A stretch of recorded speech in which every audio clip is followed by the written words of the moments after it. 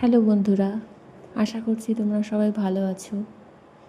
আজকে আবারও একটি নতুন লাঞ্চ বক্সের ভিডিও নিয়ে চলে এসেছি।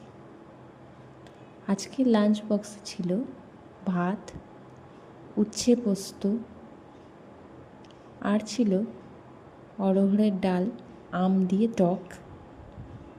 এই গরমে একটু আম দিয়ে ডাল ভালোই লাগছে খেতে।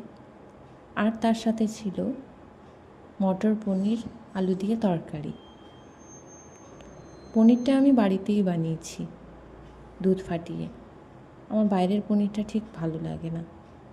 আশা করছি তোমাদের ভালো লাগবে এই ভিডিওটি।